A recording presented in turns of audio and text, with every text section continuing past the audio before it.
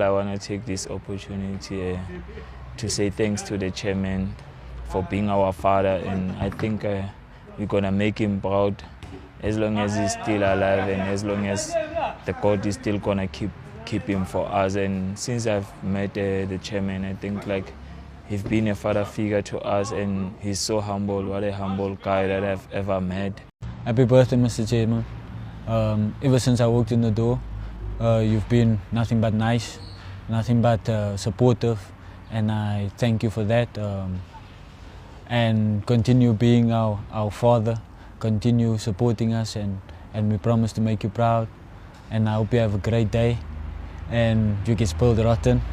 Danke bafethu, welcome back to Nkuliso. Siyabona amaplayer we-Kaizer Chiefs awishela umphathi we-Kaizer Chiefs founder happy birthday.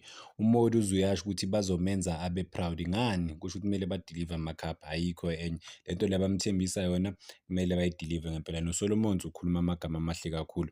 Kaizer Chiefs ke nayo eliyawona ibhala imessage ikhuluma ngaye ezi-legend, imcelebrate ngempela ukuthi overall uyi-heartbeat ye-Kaizer Chiefs and ufeza amaphupho abantu abaningi ku-Kaizer Chiefs. I mean uyi-founder, siyazi i-Kaizer Chiefs, uyi-leader, uwubaba laphana ku-Kaizer Chiefs.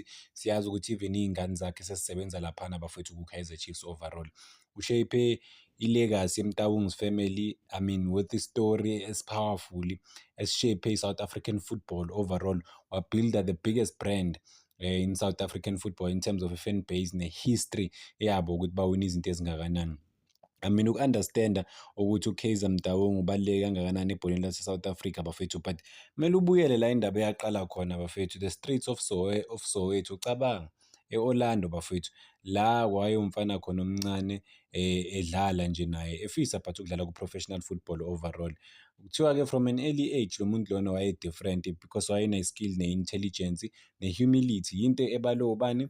Ebalwe uye laphana uPule Modi ukuthi uhumble lo muntu lo.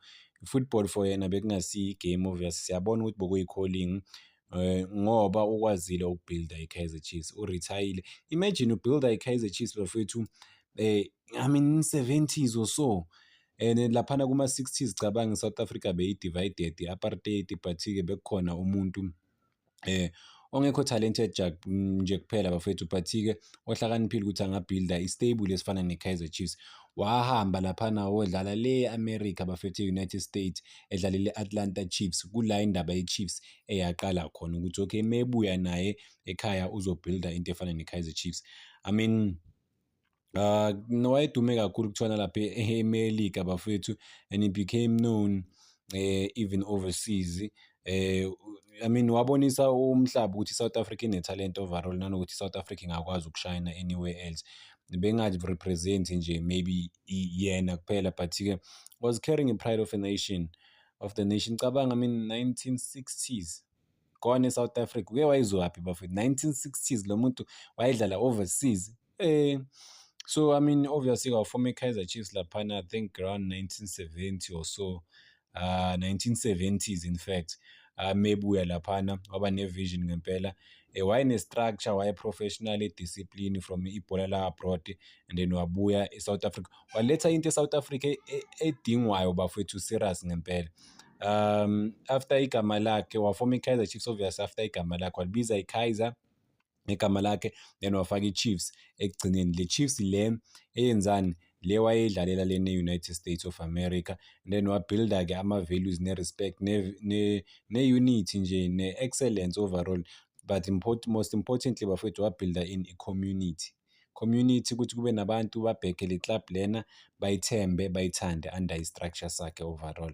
Siyazi ukuthi-ke wayedlalela i-Orlando Pirates. Orlando Pirates usho ukuthi wayehlukanisa phakathi because kwakunomsindo omkhulu during leso sikhathi leso, kuthiwa utshontshe ama-player we-Orlando Pirates, kwasho kwacima iSoweto baba divided ama-player amaningi oku-Orlando Pirates bafethu. But I think the most important thing okumele siyi-mention la, uyingane ye-Orlando Pirates, uya-understand ukuthi Orlando Pirates is the biggest team. Yiyo in a way mhlampe yami-inspire ukuthi naye well, he was inspired by Americans, but-ke South Africa bekumele abe ne-team, but-ke bekumele oppose ilokhu njani i-team yakhe, which is i-Orlando Pirates, noma i-team bedlala kuyo. And then baba ma-biggest rivals-ke South Africa overall. Isikhathi besingekho lula obvious bafethu ku-apartheid, but he soldiered on. he remained the voice of reason bafethu in terms of i-progress ebhola lase-South Africa. And then ngasikhathi kufomwa i-PSL bafethu naye was at the forefront in terms of i-leadership nanokuthi alethe ama-rights nama-brands ukuthi asponse ibhola lase-South Africa overall. Masibheka i-journey yakhe bafethu, it's not just i-journey nje kuphela, i-symbol of i-pride ne-excellence, ama-trophies aze nawo, ama-league, ama-cup. Was it 2001 with the Continental Glory or so lapho nje? So but-ke masibheka beyond ilokhu njana bafethu, amakhaphu, i-great legacy ayi-create-ile i-Kaizer Chiefs. I mean lokhu kuyazivezela istori esihle kakhulu ukuthi umfana waselokishini menikwe i-platform uyakwazi ukushayina ngempela. So akabhildanga iClub nje kuphela bafethu, kodwa ubhilde amaphupho abantu abaningi, i-hope for generations to come. Into ebonayo na ukuthi ayindawo lento le iyohlala until angazi how many years, because it is the most supported team in South Africa.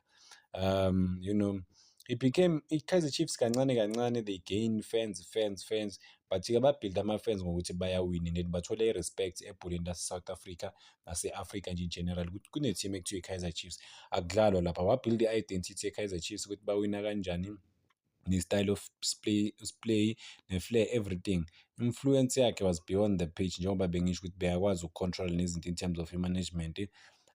Even ama-communities bafethu angase asupporte ama-initiative angakanani, basupport education, apromote like izinto ezi-different through i-Kaizer Chiefs obvious i-brand. Babhilde into ekwaziyo to empower the youngsters or the young people, ama-communities nge-discipline, leadership ne-identity overall, because kune-identity ye-Kaizer Chiefs laphana. So if nje simzwile noPule Mode ukuthi akazi umuntu ohumble ngenye indlela uDr Mtaung, so it's not just ukuthi bayamhlonipha nje kuphela, bayamthanda abantu futhi bayamlalela, uya-encourage futhi u-inspire abantu abaningi kakhulu. So i-leader leli bafethu eli-understandayo ukuthi greatness is not about i-power, it's about i-purpose, ukuthi wenza izinto kanjani. I mean we've seen him not using his power that much ukuthi hold ama-player afuna ukuya overseas. If ufuna ukuhamba ku-Kaizer Chiefs abagcini ukuthi manje bazolwa nawe, but baya-understand ukuthi if kunama-opportunities are-better bazokudedela ukuthi uhambe bafowethu.